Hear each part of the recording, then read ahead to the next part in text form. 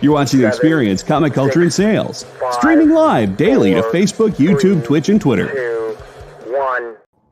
Hey, everybody.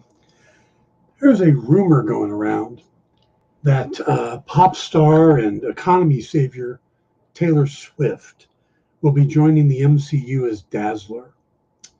Now, this is supposed to take place in the upcoming Deadpool 3, and I can see the connection there. Supposedly, Taylor and Ryan Reynolds are friends and stuff like that. But also, it's well known that Kevin Feige is a big Dazzler fan. He was once asked if he'd ever direct a movie himself, what character would he want to direct? And he chose Dazzler. Now, adding Swift would be a huge boom for the MCU.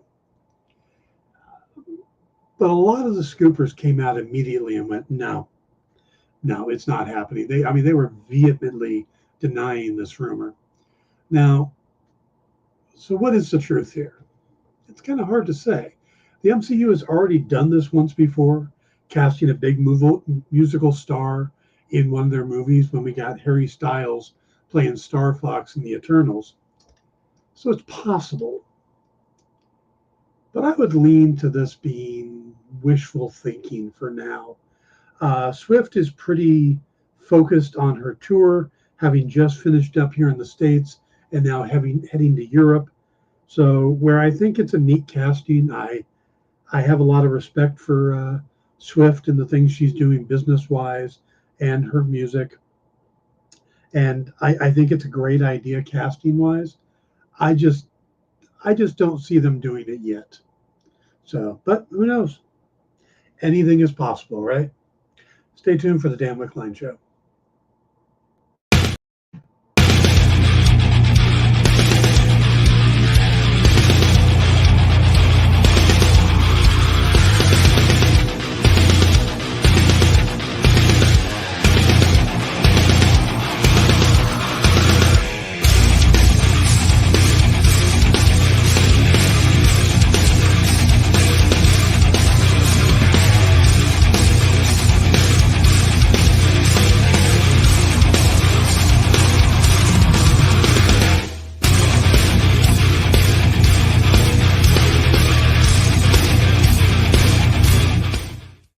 Everybody, welcome to the Dan Wickline Show here on The Experience.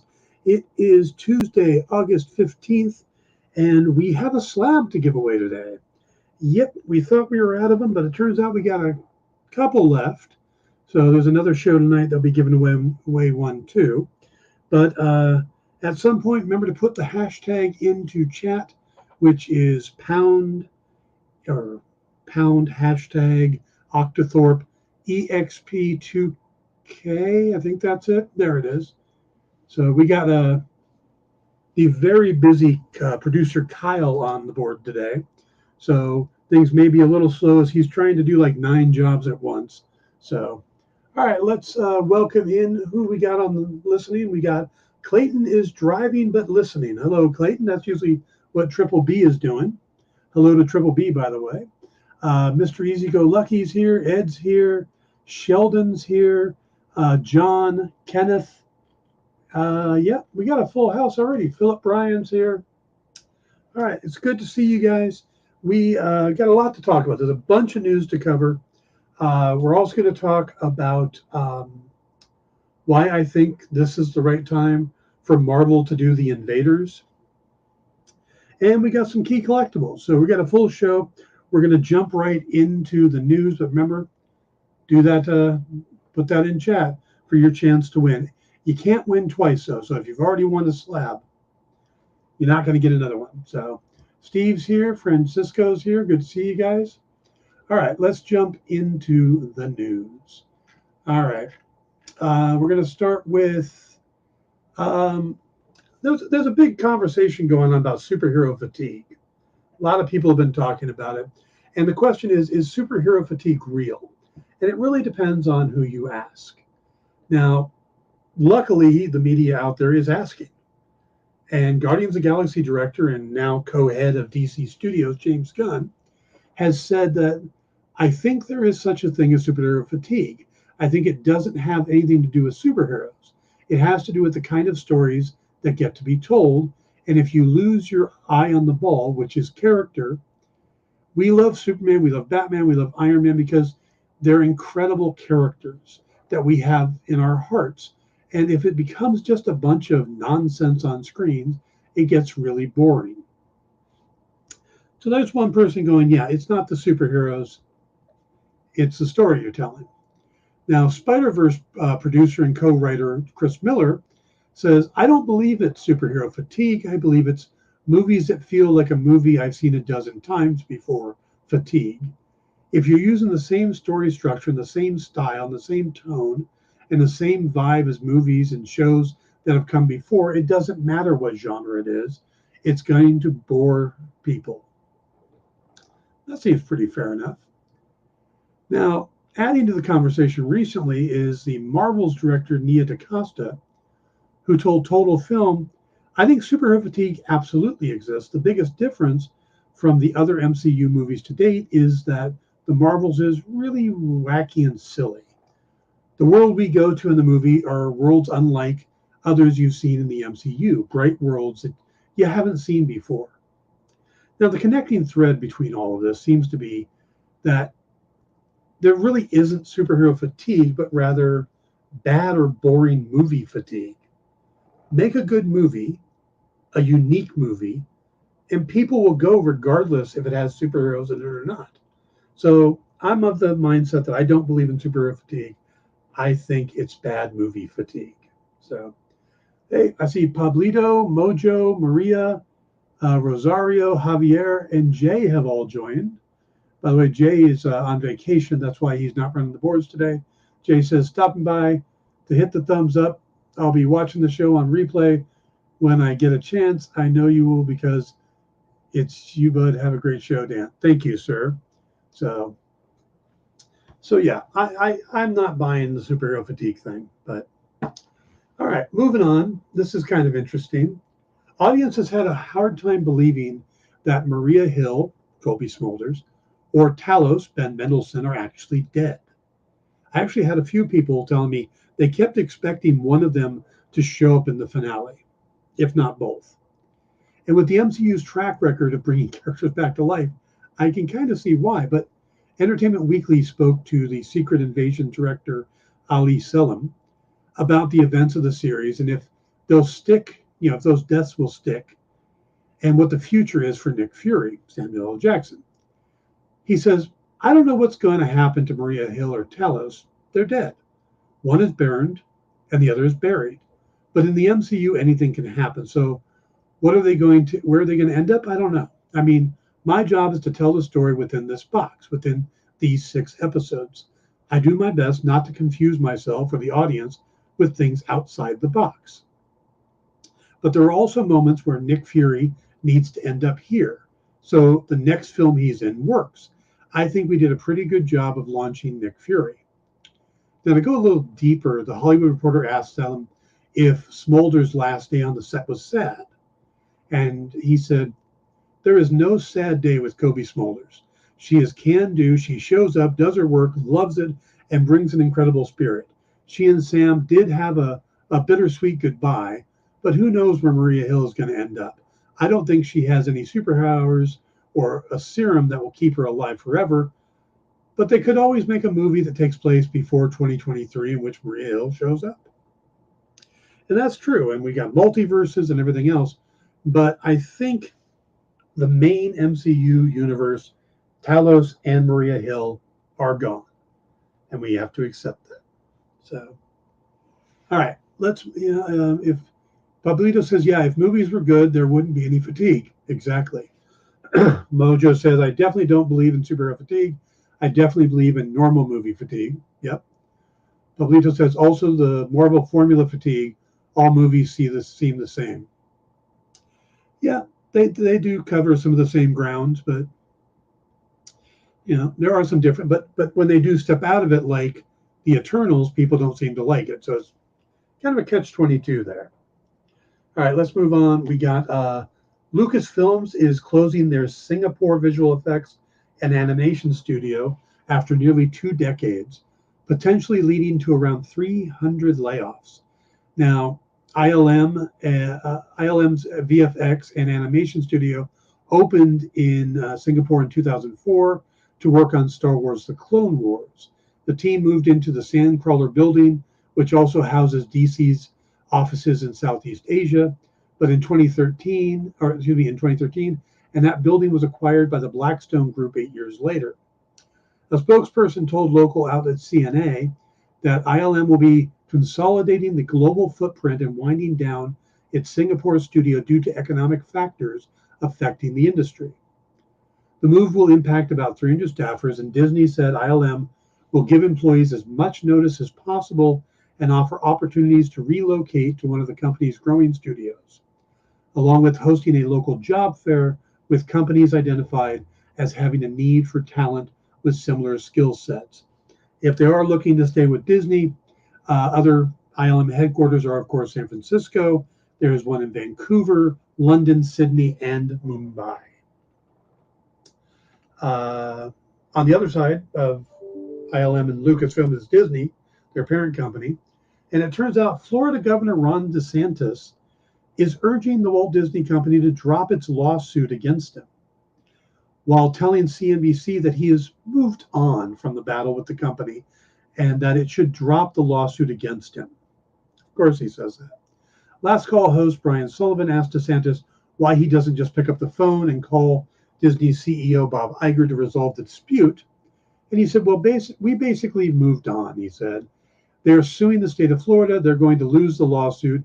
So what I would say is drop the lawsuit. You have the state that even CNBC ranks as number one in all 50 states for economy. Now, again, that doesn't sound like much of a actual answer. But Disney sued DeSantis in April, claiming the governor violated the company's First Amendment and other constitutional rights. DeSantis led an effort to strip the company of control of a special district that covers its Florida theme parks, in which Disney said was retaliation after it opposed a parental rights bill known by detractors as the Don't Say Gay bill, or law.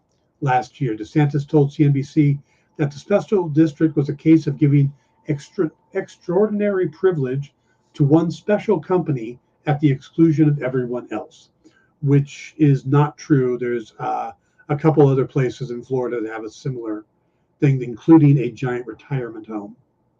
But Disney's lawsuit includes numerous examples where the governor engineered efforts to target the company specifically, including legislation aimed at regulating its monorail system while boasting the company had been silent on social issues. Yeah, that's a fun one. Kyle says, acquired by the Blackstone Group, negative economic factors, some sentence. Yeah. Same sentence. What? Same sentence. Not some, Yeah. same. Blackstone buys companies to strip mine them. So. Yeah. That is true. All right, let's move on to, well, I don't know about better news, but less political news. Keith David has been tapped to take over the role of Commander Zavala in Destiny 2's upcoming expansion release, The Final Shape. He's replacing the late Lance Riddick, who passed away earlier this year. Game developer Bungie made the announcement Monday morning. Commander Zavala has been central to the story we have been telling since the original Destiny, and we have plans to continue his journey. The Destiny 2 development team wrote in a post on Bungie's website titled "Thank You, Commander: The Future of Zavala's Journey." Earlier this year, we lost Lance Riddick, the English language voice actor of Commander Zavala. The passion and professionalism Lance brought to the role over the last decade was unmistakable and loved by all. Lance's iconic voice led us through the most intense moments in Destiny's history, and his impact on our Guardians, our community, and Bungie as a whole will never be forgotten. Commander Zavala has been essential to the story we have been telling since the original Destiny, and we have plans to continue his journey. Now, it is very sad that Lance Riddick passed away at way too young of an age, but I think they've made an excellent choice in tapping Keith David for the new voice. All right, we got one more story here. And I don't know about you guys, if you go on TikTok and you notice that they like to play snippets of movies. At least for me, I get a lot of sports movies. So I get stuff like a lot of Moneyball, a lot of Draft Day, The Replacements, Rudy. But one of the ones that they like to show a lot is, of course, The Blind Side, which tells the story of Michael Orr, a kid from that was growing up, and a family took him in and gave him a chance, and it's a Sandra Bullock movie, and it's very interesting. Well, it turns out Michael Orr, the NFL lineman who rose to national attention when his life story became the basis for the inspirational movie The Blind Side, and that won Sandra Bullock an Oscar, has petitioned a court saying the basis for the story was not based in fact. According to a deep dive story by ESPN on Monday, Orr has filed a petition in Tennessee probate court alleging the key tenet of his rags to riches story, that he was adopted by the Toohey family, who eventually guided Orr to play football at their alma mater, the University of Mississippi, and then to the NFL, was untrue. Rather, Orr claims that he was tricked by Sean and Leanne Toohey to sign conservatorship papers just after he turned 18 that gave them the right to make deals in his name. Orr did not discover this new information until February of this year. According to the petition, the filing in Shelby County, Tennessee probate court says that Tooheys used the conservatorship to enrich their own family, leaving Orr out of the profits from Michael Lewis's book about the story and the subsequent 2009 movie, which starred Bullock as Leanne, Tim McGraw as Sean, Quentin Aaron as Orr.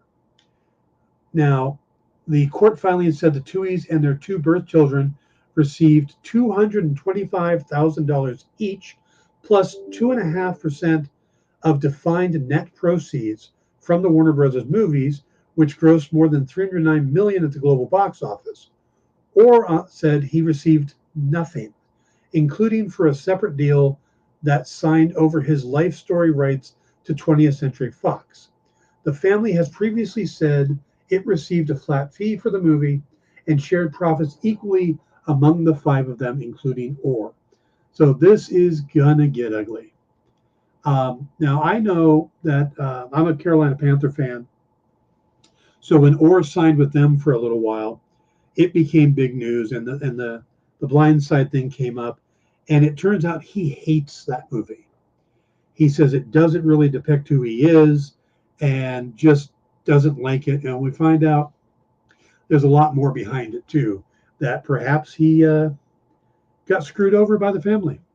So it's sad to hear. I mean, it's an interesting movie. It's a good movie. I've enjoyed it, but Kyle says, I get a ton of clips For the Love of the Game. Yeah, I get that one too. Yeah. Reddick will always be Zavala. Is that Mary Jane artwork behind looks redhead? If you mean that one or that one is 1001 Arabian Nights. That one is my book Karma, which the trade paperback came out. So let's see what else. Good movie. For the Love of the Game is such a good movie. It is.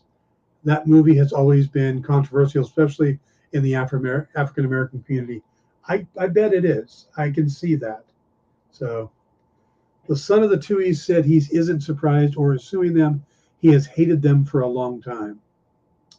Interesting. Yeah, like I said, this is going to get ugly before it gets any better. So, all right, guys, we're going to take our first break, and when we come back, we're going to talk about why I think now is the time for Marvel to do The Invaders. Be right back.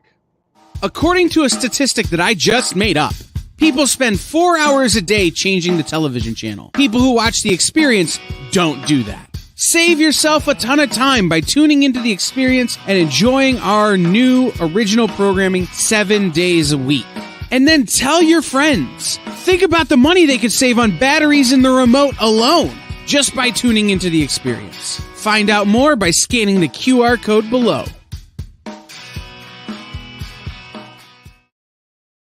To be continued. 3 little words that hold the secret to the next great story. 3 words that will thrill you, confound you, give life to new possibilities. Every variation of To Be Continued is a promise of adventure, a promise of excitement, a promise of unseen wonders and unexplored worlds, a promise that every issue you read makes you a part of a never-ending journey, and behind every page there will be an unopened door waiting for you. This story to be continued at your local comic book shop. Visit comicshoplocator.com today.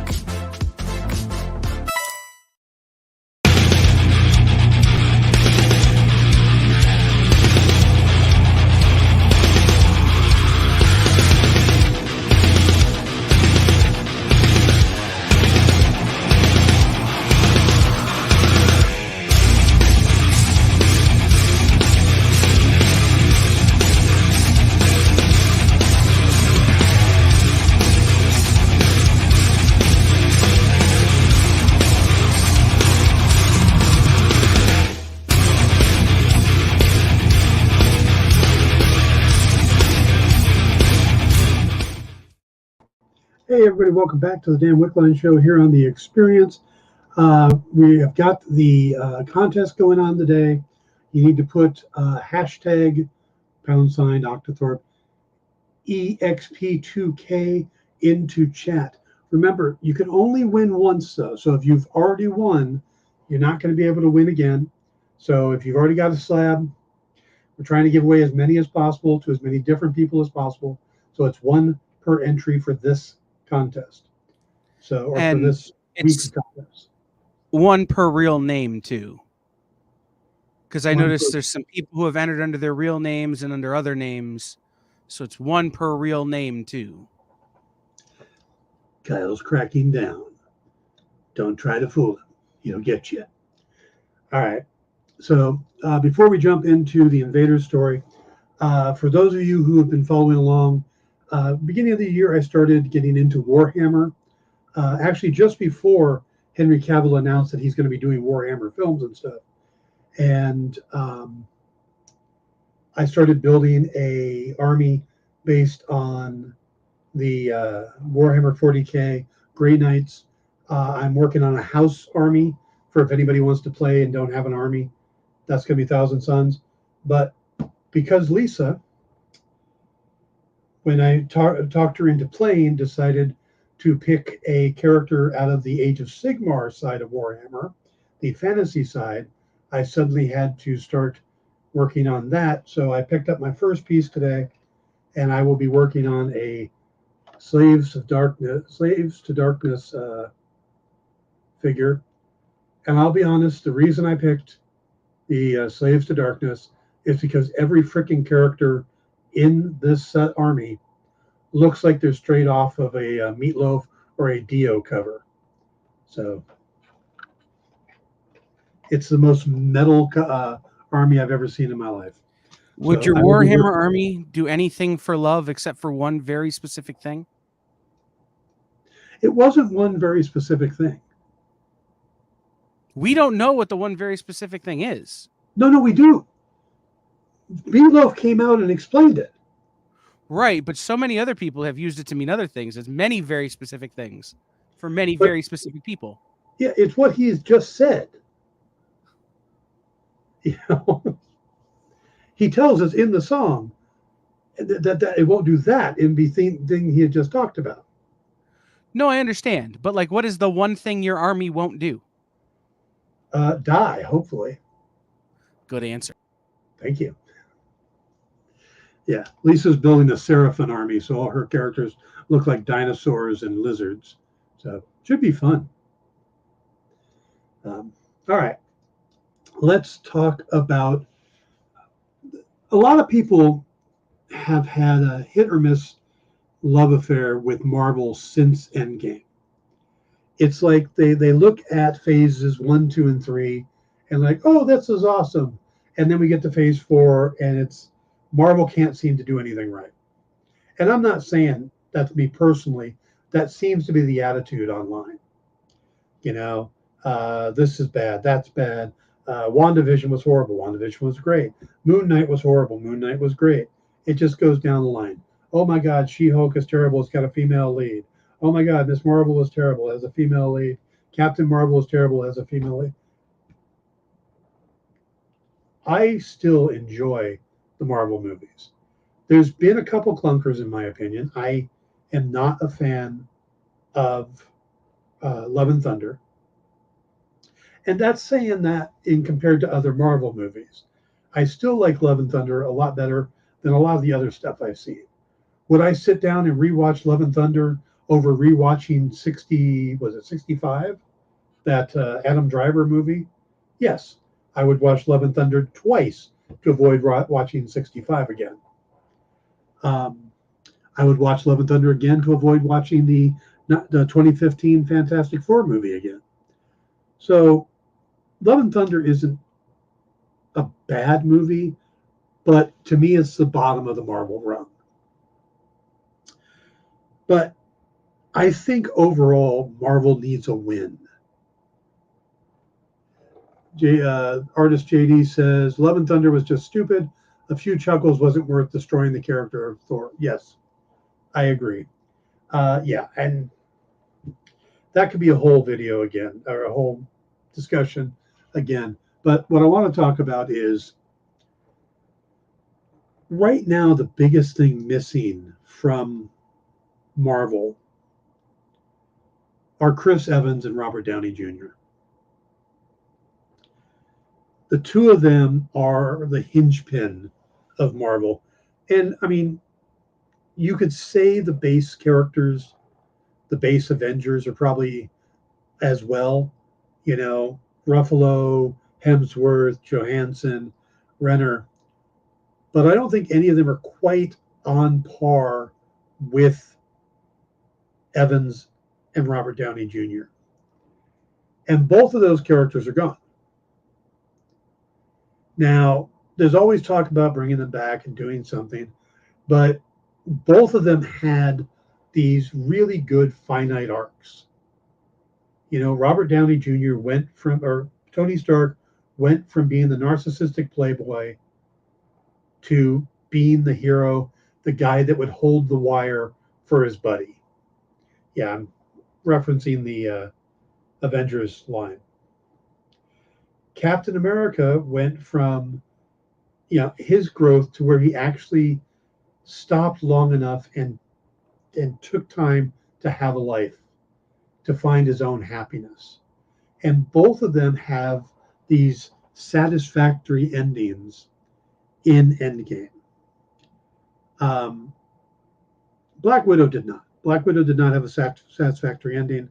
They gave her a little better one between the Black Widow movie and Hawkeye, but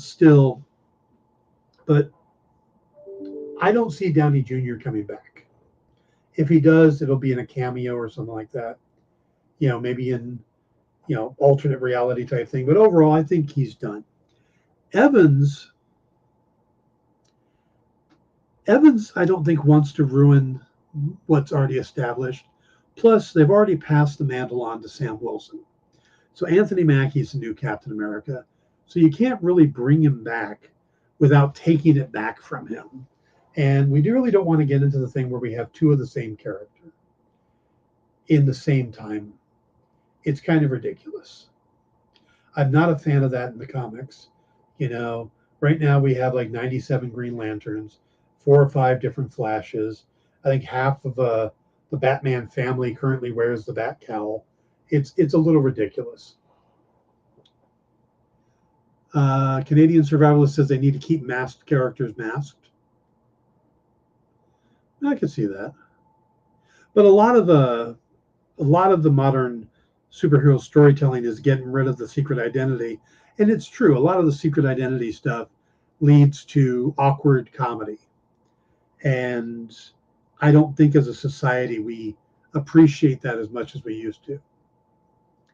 So I understand, the Arrowverse was the first one that did that, is just let's get rid of it. What Ed points out, we have 100 Sonias. Yeah. So, but we do have that open window of what happened to Steve Rogers when he went back in the past, when he went back to return the Infinity Stones. Now, I don't think we need to do a story about the Infinity Stones and him returning them and showing up on Vormir, looking at the Red Skull going, what the, I don't think that would be as interesting as people think it would be. But him returning to shortly after he went into the ice and living his life out with Peggy Carter, that could lead to an adventure alongside the invaders. I think that would be a good movie or special. I think it should be a movie, but it could be a special. Now, I go back to Captain America, the First Avenger, and it's such a good movie.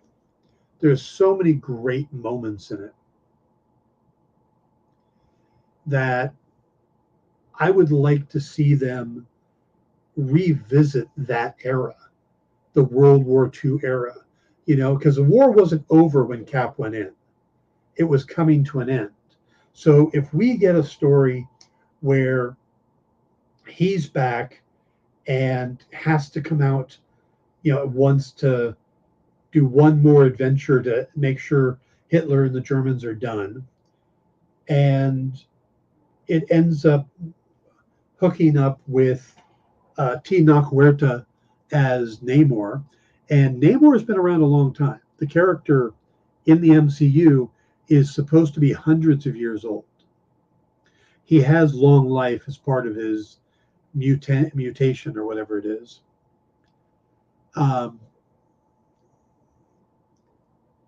What if animated series would be, or animated movie would be an interesting way to handle it.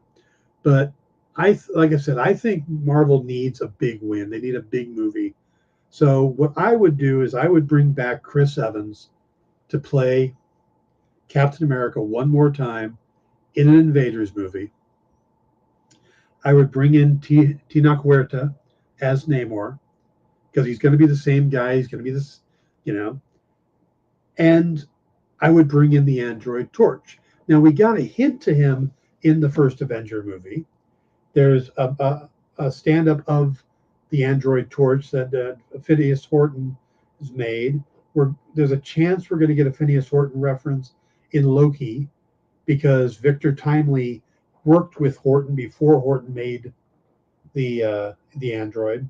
So I think it's possible that we have that character, and they could, find a good actor to, like maybe Glenn Powell or somebody like that, to play the android Human Torch, and you could do another good war movie in the vein of Captain America: The First Avenger.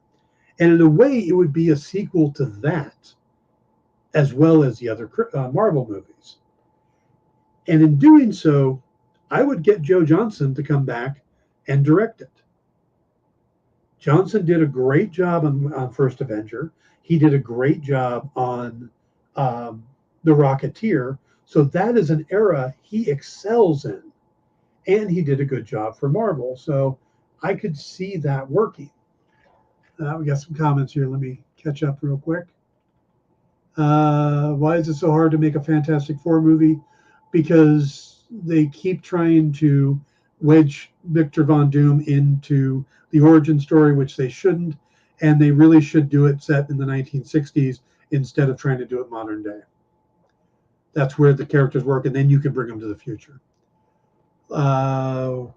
War is ugly. I'm afraid Marvel will play World War II for laughs like they did everything else now. See, again, that's why I go back to Joe Johnston, because he knows how to make a somewhat lighthearted movie but keep the tone appropriate. Kyle says, I have less than zero interest in seeing Chris Evans in a Marvel movie again. I don't care to see them beat that dead horse anymore. Anytime that Kyle has an opinion about a movie, I pretty much assume it's the opposite of the general populace, so it means it would be a big hit. I love every other part of this theory, though. Well, thank you. Oh, hey, Bronze. Good to see you. Chris Evans coming back would be weird. It was a great send-off, but seeing Scarlett Johansson doing Black Widow wasn't bad. I'd rather see the OG Cap in that spot, the guy who was Captain America before Steve Rogers. Oh, Isaiah Bradley. Oh, that would be interesting. Hadn't even thought about that. Okay, now I'm in. Isaiah Bradley instead of Chris Evans. Like, bring in a new person to play Cap before Cap. Yeah. Yeah. That has potential. And you know who else you put in it? You put in Red Guardian. So we finally get the payoff of him fighting Captain America. And you can put a Reb Brown cameo in there as like a random general or something. And like you can literally have every Captain America ever have been involved in a Captain America movie. So Mark Salinger. Oh, I forgot about him. Yeah, Mark Salinger and Reb Brown. Ooh. Yep. By the way, you know Mark Salinger's other claim to fame, right? Being related to JD. Yep, he's JD's son. JD Salinger, Okay. of course, Catcher in the Rye. I was hoping that you would think producer JD, which would be even funnier to me, even though I meant JD Salinger. I know who you meant, because it's the correct answer. Nita says, I heard rumors that the FF may be set in the 1960s, but the comic disaster happened. They are trapped in a loop, and they return to today's events. That's exactly how they should do it. On my own YouTube channel, Dan Wick 70, I have an entire video about how I would specifically bring back how I would bring the MC or Fantastic Four into the MCU, and that is kind of my approach, except for I have them trapped in the negative zone and then coming out into modern day. So, time something. By the way, the Invaders. It's funny. The creation of the Invaders happened in the 70s, but the three characters were the first three superheroes, or three of the first superheroes for timely comics. You know, Submariner and Human Torch were the first two. They also had a version of the Vision. They had a character named the Angel, and then they had Captain America. So there's also a group called the All Winter Squad, which is the only time they ever came together back in the timely days. So that's another thing I think would be really neat, to bring those characters together, you know. But I really would love to see Joe Johnston come back and do a wartime Invaders story with Steve having gone back in the past. I think that would be a lot of fun. I still think they should do Chris Evans, because I think that would be the big draw. If a new Captain America movie came out with Chris Evans, or an Invaders movie with Chris Evans as Cap, it wouldn't step on what Anthony Mackie's doing. It would kind of give us that idea of what Cap was up to in the time after he went back.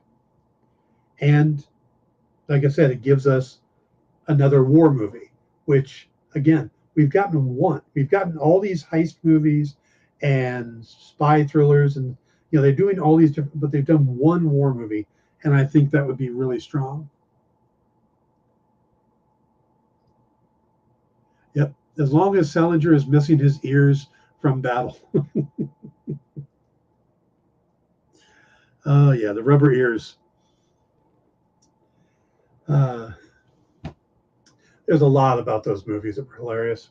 But, so yeah, that's my thought on that. I think I think Marvel is doing so many new things that I think they need to give something to fans that harken back to the first few phases, and that's why I think the Invaders would be the way to go.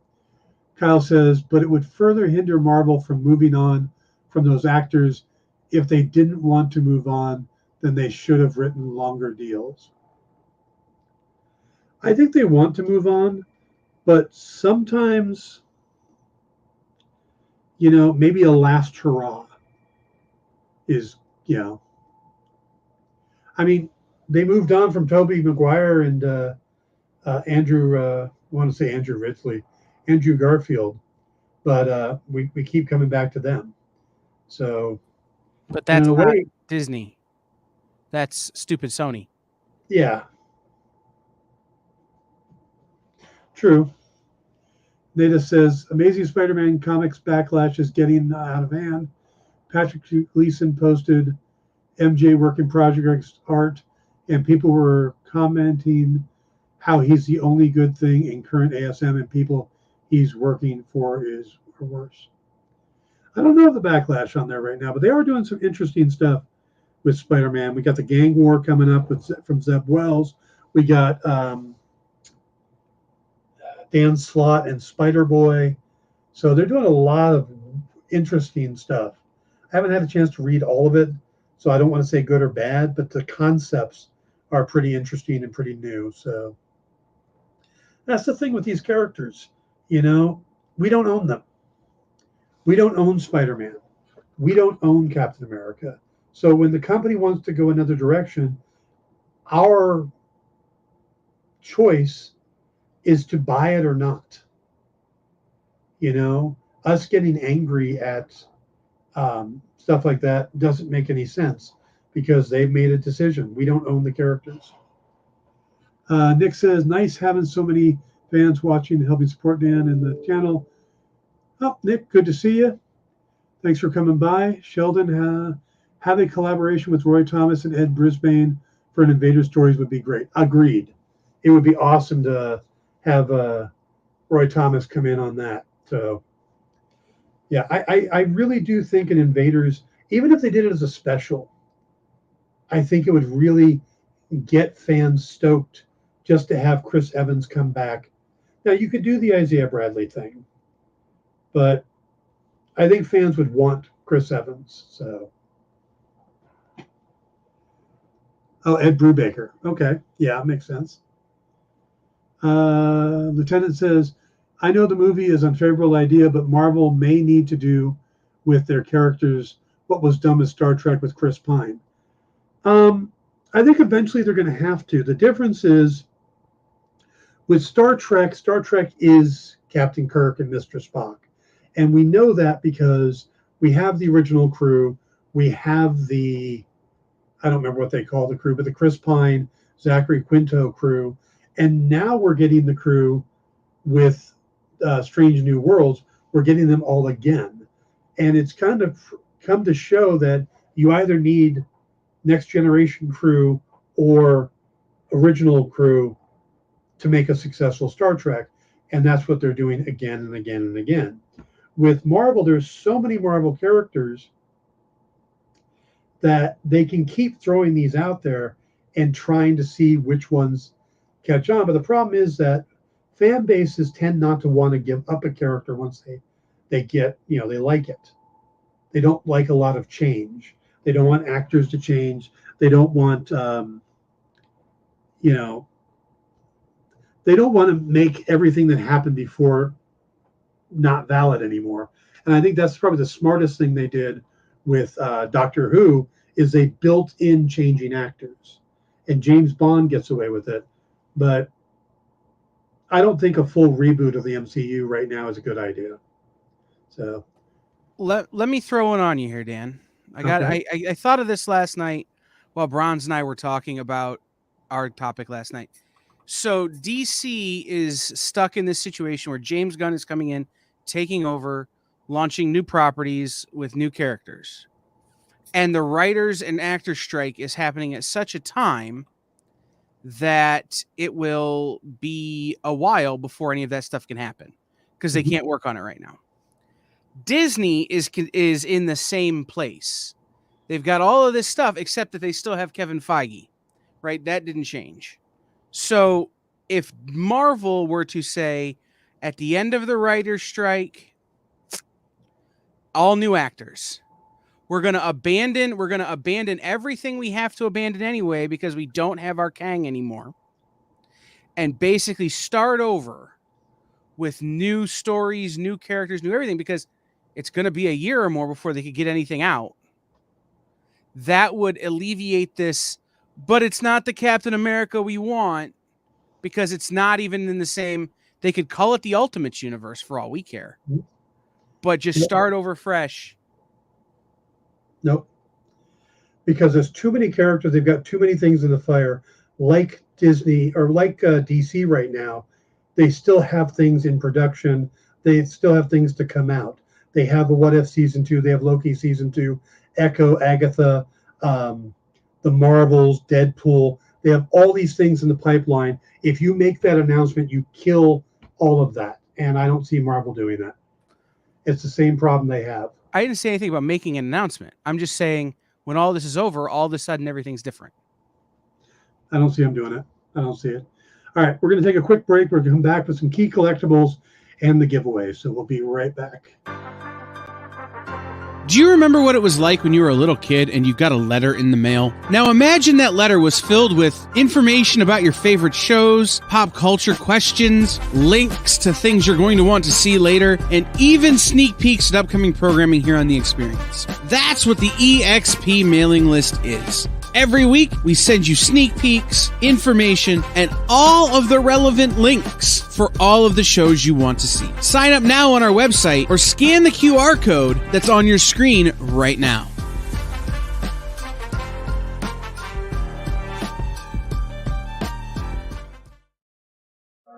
Why was Princess Zelda sad after watching a bunch of YouTube videos? She couldn't find the link in the description.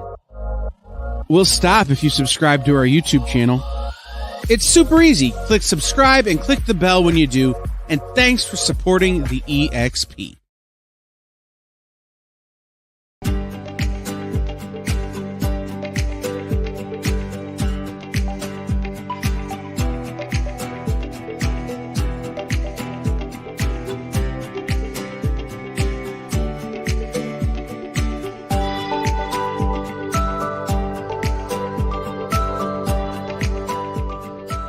There's something for every imagination at your local comic shop.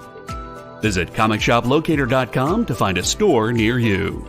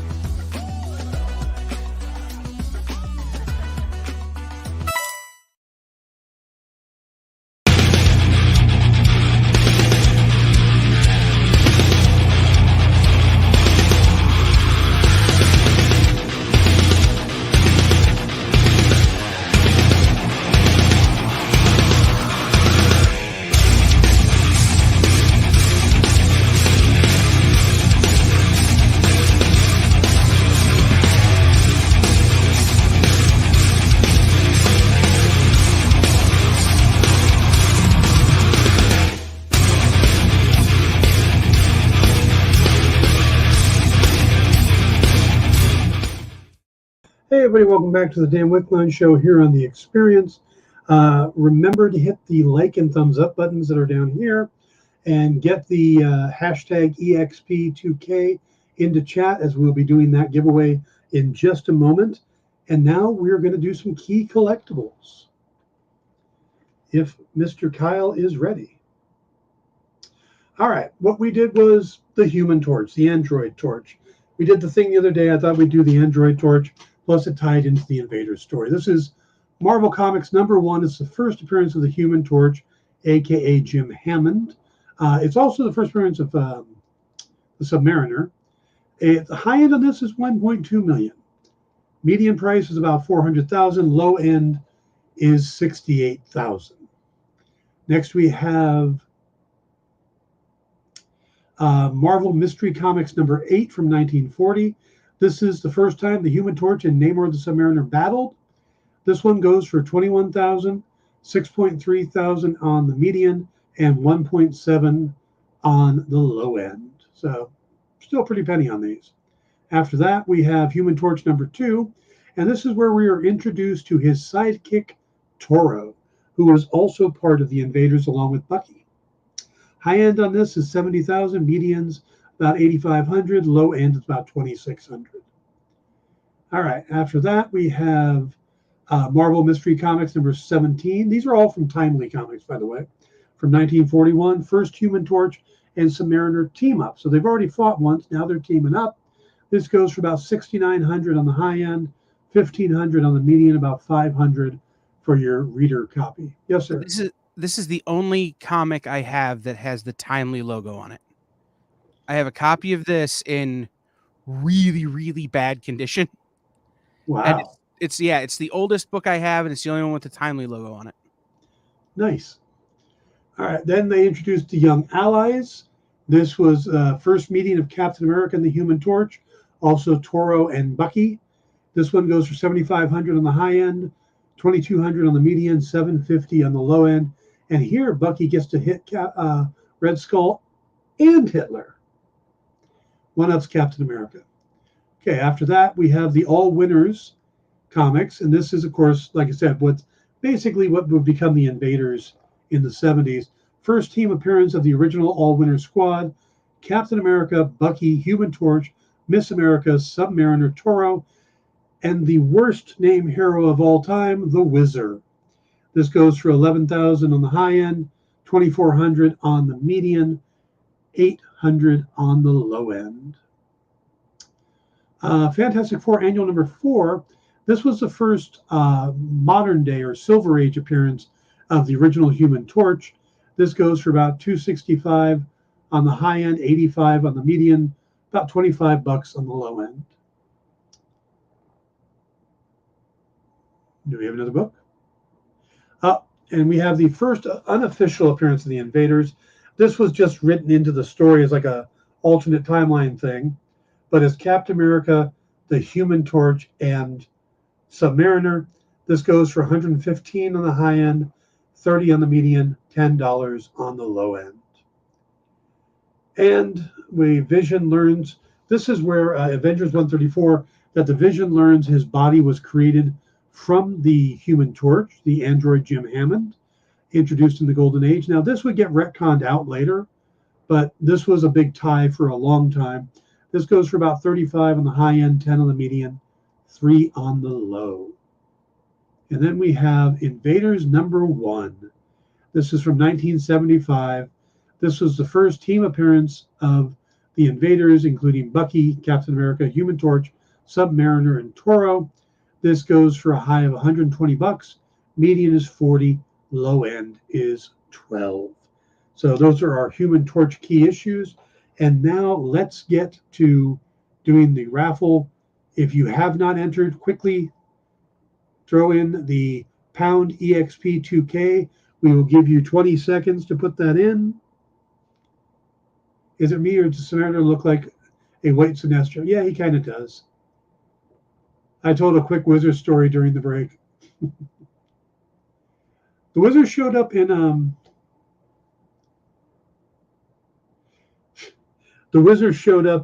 season 2 of Jessica Jones. So that's pretty cool. So, all right. I think that's long enough. Mr. Kyle, will you roll it, please?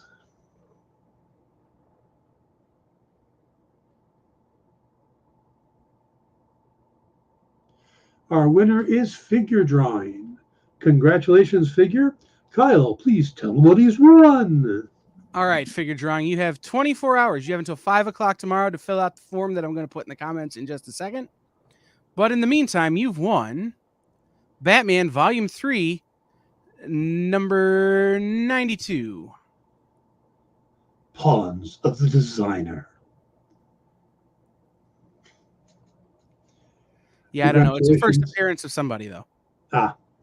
Congratulations to Figure. And congratulations to all of you who have won not only on this show, but on this giveaway week we've been doing. Another one will be done later. I won't say which show it's on, but first Punchline cover. Nice. Thank you, Bronze.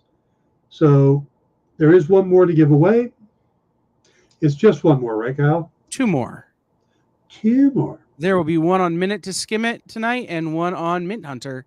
And then if somebody doesn't fill out their form tonight, then we'll have more to give away tomorrow. All right. We don't have to worry about figure drawing being that guy, though. He's great, so he'll get it taken care of. Oh yeah, he's already on it. I bet he's over there right now filling it out. So, all right. Later tonight we have the new Minute to Skim It. By new, it's taking in stores this week and Minute to Skim It and mushing them together into one. So you'll want to keep an eye out for that. Kyle will be going over there. Jay will be going over there too, but Jay is currently on vacation.